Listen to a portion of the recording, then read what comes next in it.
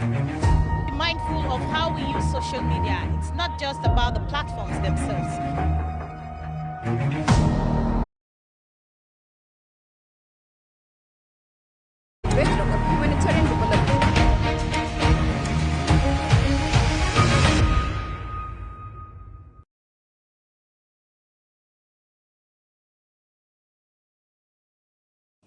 Hello and welcome to The Reporter, a news and current affairs program that goes beyond the headlines, bringing reporters from the field to give first-hand accounts and in-depth analysis of unfolding issues, correspondents' perspectives, ensuring balanced, credible and comprehensive storytelling. Welcome once again. I am Anieti Patrick. Today on the program, aspirants on the platform of the Nigerian Democratic Congress (NDC) have called on the party leadership to ensure fairness, transparency and credibility in the screening of candidates seeking senatorial and House of Assembly tickets ahead of the 2027 general elections. The aspirants made the call at the screening exercise which took place in Abuja. Global TV political correspondent Ubong Usor has more.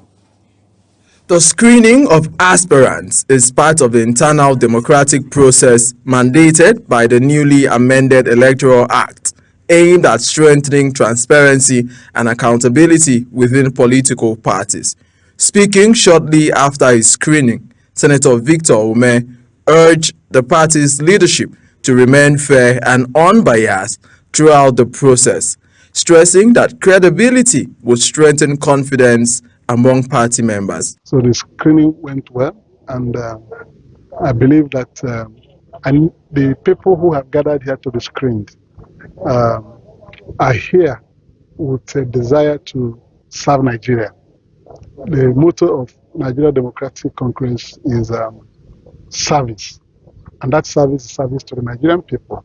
An aspirant for Owerri Federal Constituency, Kingdom Okere, also called on the party to resist the influence of money politics and ensure that only credible candidates emerge through a transparent process. The party will do the needful in terms of screening, in terms of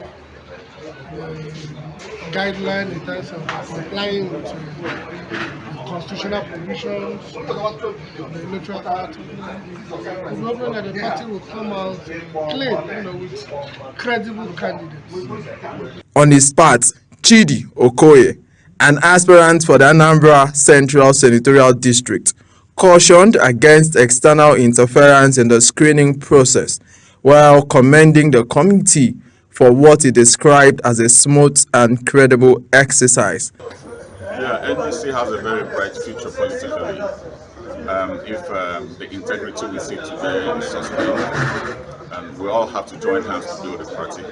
It's a new party, and it needs committed members, especially members with capacity and passion, like myself.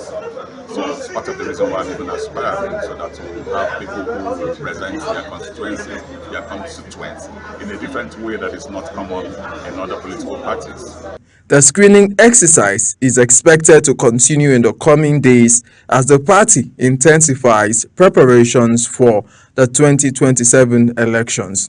Ubong Usoro, Global TV News. And joining me live in the studio to speak on the screening exercise, of course, we've seen parties doing a whole lot ahead of 2027, is our political correspondent, Ubong Usoro. Ubong, how are you doing? Thank you so much, Anita. I'm fine. It's good to have you speak on this issue. Of course, you understand the political space is actually having a lot playing out. But let's talk about what the NDC is doing with the screening and build up to 2027. Will the Nigerian Democratic Congress truly deliver a transparent and credible screening process ahead of the 2027 general election? Because they're looking out to personality who has dragged them into the party. Do you think the screening exercise will be free and fair? Yeah, I think that is what we are waiting to see. I cannot at this point give a yes answer to that because the screening results are not yet out. We've seen with the other parties. We've seen people being disqualified for very flimsy reasons. We've seen people being disqualified because the party thinks that they do not have money to sponsor their election, which is wrong, because under our constitution, the party sponsors a candidate. So once you are a candidate of a party, the party has, it is now, it behoves the party to sponsor your election because you are contesting on the platform of the party. But we've seen, but for me, I think the NDC has a chance. Remember, this is a party that is just 3 months old to write its name in gold, and that's what the aspirants were calling for. This is a party that 3 months before, 2 months before now, it didn't really have some persons that already joined. But a lot of money bags have now come into the party. For instance, I can mention my very good friend like Omini Mini. He was in the ADC, APC rather, bought the form for Senate for Delta, and he wasn't able to get the seat. When I went for NDC screening, I saw him, and I was like, Honorable, what are you doing here? He's looking for a level playing field. Is that a member of the party? So those who were here before some of these money bags who joined and all of that are now asking that we need a level playing field. Well, but talking about level playing field, can the political parties eliminate the whole mindset around money politics and give people who have the capacity to emerge as candidates from their primaries, basically? Right. I think that we have to put it into perspective. Money politics, in a way, it has destroyed the fabrics of our nation, right? But we cannot do politics without money. Okay. Right? And also, you see that the politicking is about speaking to people, connecting with people. Sometimes it's not really about money per se, the way they push it. It's about getting the stakeholders to agree and accept with you. So right now, we're going to look at what the NDC will do. Are they going to go for consensus?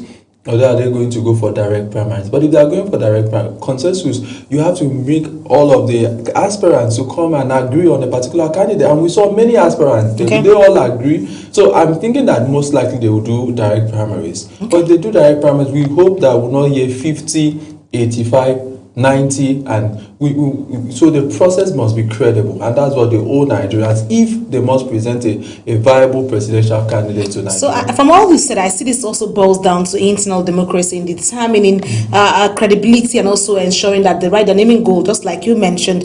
But for that is also talking about the success of the political parties, because before the general election, these are questions begging for answers. But you see this playing out for internal democracy in terms of what option they've later or in any term come to term with in terms of their primaries. Right. Yeah. If the NDC can handle these primaries effectively, it will give the party a strong footing. But if they cannot, it's a question mark on the name. It's not just a question mark, can disintegrate the party because people will get angry, they will leave the party, there will be bad blood, they will not really want to work as much for the presidential candidate. Remember that the party ultimately is looking forward to posting a presidential candidate as well. But if you cannot, because the presidential candidate cannot be everywhere, it is this candidate who emerged from being aspirant that will work for the success of the party. So they have to bring forward a fair process. All right, thank you so much, Obong. We look forward to them writing their naming gold and singling out themselves as one of the best opposition party to contest in 2027 election. Thank you for your time, Obong. Right. Well, there you heard from Obong, sir. Of course, we look forward to seeing emerging results and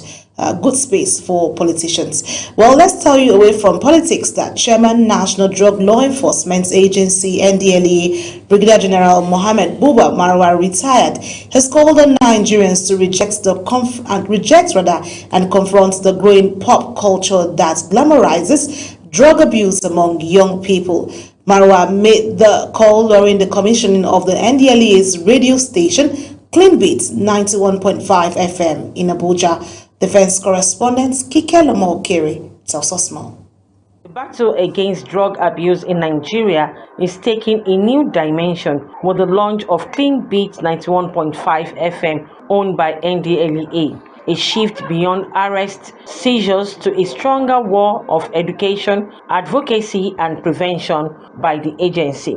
Speaking at the commissioning ceremony in Abuja, NDLEA Chairman Brigadier General Mohammed Buba Marwa retired warns that drug abuse is fast becoming a dangerous culture fueled by toxic entertainment trends and social influence. Marwa says behind every case of addiction is a broken family, a vulnerable youth, and a future at risk.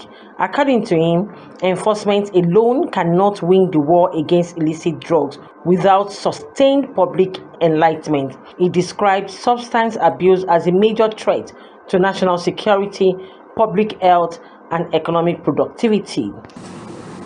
In a fast-evolving digital age, radio remains an incomparable asset. It is intimate, it is immediate, it bypasses barriers and speaks directly to the citizen. The NDLA boss says the radio station will take anti-drug message directly to homes, schools, markets, and communities across the country. The representative of the United Nations Office on Drugs and Crime, Sheikh Toure, who was represented by Akanidimo Ibanga, described the initiative as people-centered approach to drug control. This information spreads quickly and vulnerabilities, especially among young people, are increasing. The power of accurate, timely, and relatable information cannot be overstated. Director General, National Broadcasting Commission, Charles Ebuebu, hailed the station as a strategic tool for national orientation, youth engagement, and behavioral change. In every society, communication remains one of the most powerful tools for shaping public consciousness. Nations do not win complex social battles through enforcement alone. They also win through information, education, advocacy, and sustained public engagement. Clean Beats 91.5 FM is expected to drive the NDLA War Against Drug Abuse campaign through public education, counseling programs, recovery stories, and youth-focused content. Kike Lomo Okeri, Global TV News. And joining me right now is our defense correspondent, Kike Lomo Okeri, to bring us up to speed on what it is with this whole idea around drug abuse, especially with the young people who are solely soaked in this particular trend. Hello, Kike. It's good to have you join me on the program. How have you been, Kike Lomo? Anita, how are you?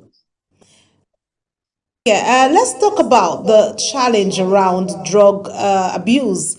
Is Nigeria losing its young people to the growing drug abuse culture being normalized by entertainment and social media trends from what we see happening across Nigeria right now? All right, Anita, the issue is Nigeria is facing a serious threat as drug abuse is increasingly being glamorized, let me use that word, through part of entertainment, music culture, and social media trends. Many young people now see hard drugs and substance misuse as symbol of status, confidence, or street credibility.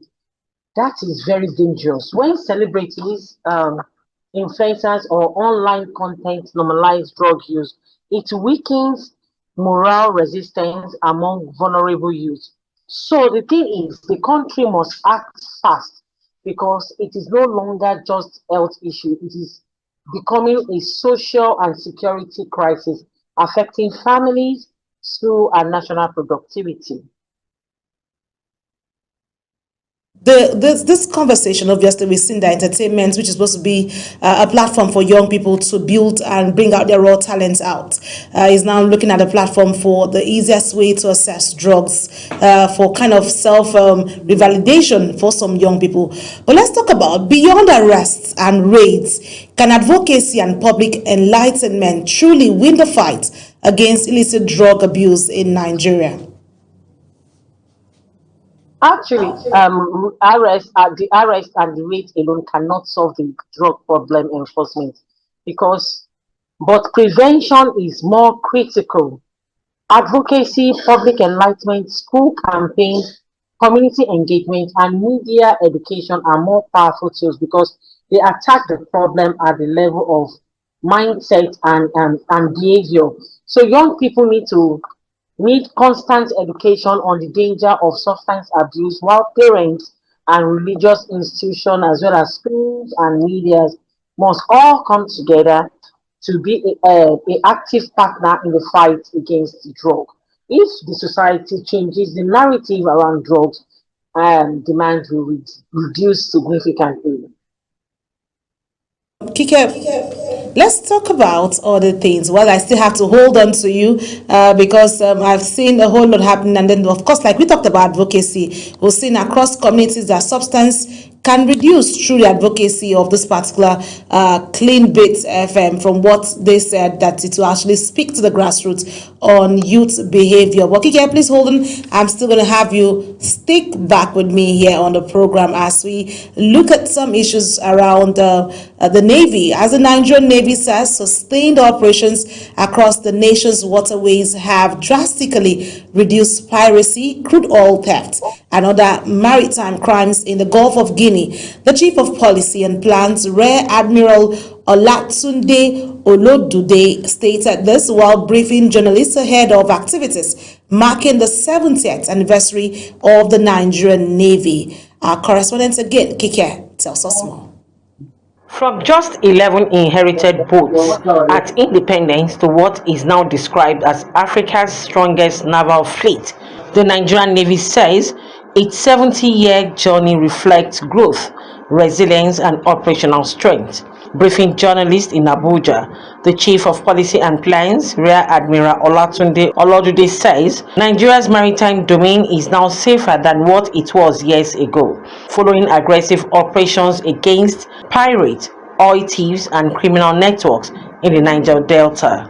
He says the battle against crude oil theft is also yielding results through stronger intelligence gathering, deployment of drones, improved surveillance technology, and collaborations with communities and international oil companies. According to him, criminals now find it increasingly difficult to operate within the Niger Delta waterways. Because these pipelines crisscross across the Niger Delta, it is important that within the community, ownership is taken, and you have the IOCs resolving matters amicably within the community. So I've placed it within community relationship with the IOCs. Knowledge of the terrain is important and is an area the Nigerian Navy keeps on working and improving through the acquisition of the requisite platforms that can move within those terrains, and leveraging technologies such as drone that even it can permeate across foliages. The Chief of Policy and Plans also highlighted major gains in indigenous shipbuilding, noting that Nigeria now builds and maintains some of its naval platform locally. He says its locally built vessels have gained international recognition, including during the 2023 Presidential Fleet Review. Beyond securing Nigeria's waterways, he noted that the Navy has strengthened regional security partnership across the Gulf of Guinea and participated in international maritime operations in countries including United Kingdom and Australia. The aspect of shipbuilding is something that we should be proud of as Nigerians, for the fact that we can build our ships.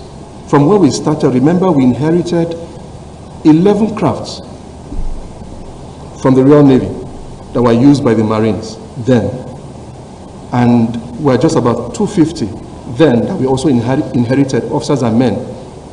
Today we are over 34,000, and as you already know, having the strongest fleet in Africa.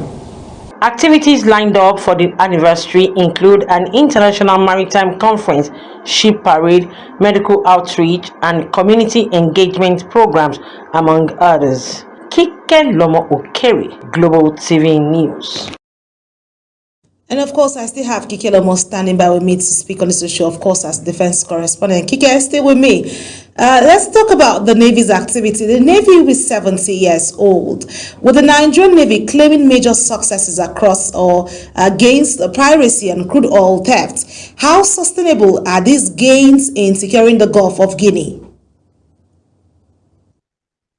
Anita, the Nigerian Navy deserves credit for major reduction in the piracy and the sustained crackdown on the crude oil theft in the Gulf of Guinea. This achievement has improved Nigerian international image, and as well as restore some confidence in the maritime trade and shipping of activities. However, the gains can only be sustained through continuous surveillance, intelligence sharing, modern technology, and strong regional cooperation. Criminal networks behind piracy and oil theft are highly adaptive, so the Navy must remain proactive with improved surveillance on the maritime domain. So let's, in 1 minute, has the fight against oil thefts in the Niger Delta truly improved Nigeria's economy and national security, or is there more still expected from the security agencies? In 1 minute. Actually, the fight against oil theft has started yielding positive results and security results, especially with improved crude oil production figures and increased government revenue. The pipeline vandalism has also reduced, and it has helped to stabilize energy infrastructure as well as investors' confidence. Your time with us here on the program. We look forward to seeing more of this happening and commentary for the Navy. And congratulations to the Nigerian Navy as well. Well, let's turn our focus to the foreign scene, where we have some fresh fears mounting in the Central Africa as the deadly Ebola virus resurfaces in the Democratic Republic of Congo, with dozens already feared dead and cases spreading across borders. The World Health Organization has now declared the outbreak as an international public health emergency and moved emergency medical supplies into the epicenter of the crisis. Mukhtar Qasim has more.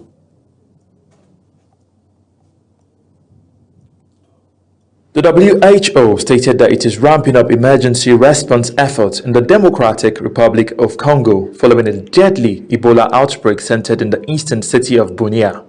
A WHO-chartered aircraft carrying protective equipment and medical supplies has been dispatched to the region as health workers race to contain the spread of the highly contagious virus. We are loading our Dash 8 Q400 donated by MONUSCO. So we have a free flight, and we're sending 6,000 kg or 6 tons of cargo from JKIA, where I'm standing right now, in Nairobi, Kenya, to Bunia Airport in the Democratic Republic of Congo. We're sending tents, which will be used to set up temporary treatment centers. We're sending body bags, which will support safe and dignified burials to help people that have lost their loved ones be able to safely bury them in a dignified way.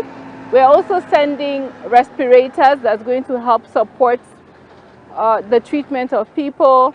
We're sending transport carriers which will help us with transportation of biological samples to help with diagnostics of this disease.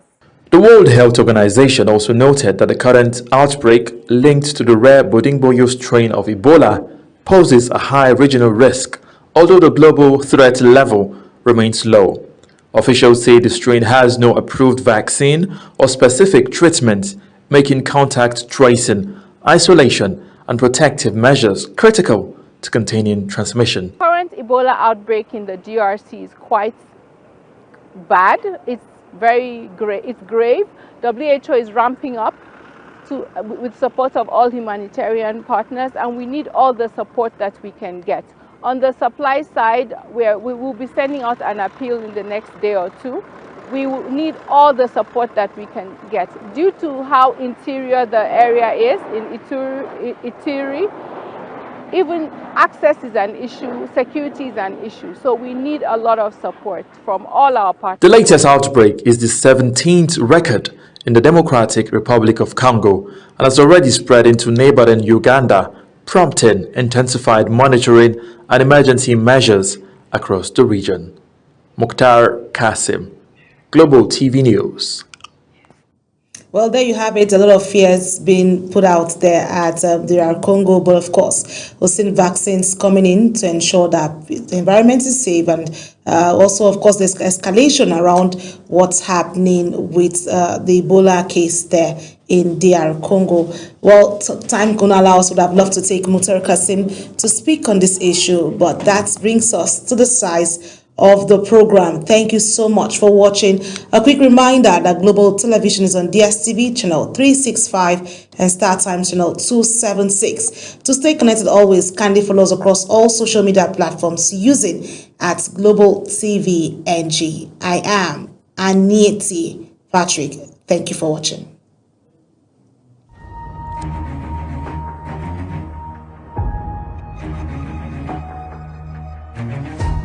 Of how we use social media. It's not just about the platforms themselves.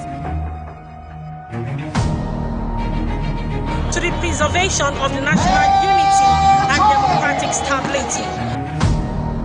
Water is life, water is an essential service, and then we must have to carry out the residents. Local communities are not only vital to the growth of society, but they also form the bedrock of humanitarian development.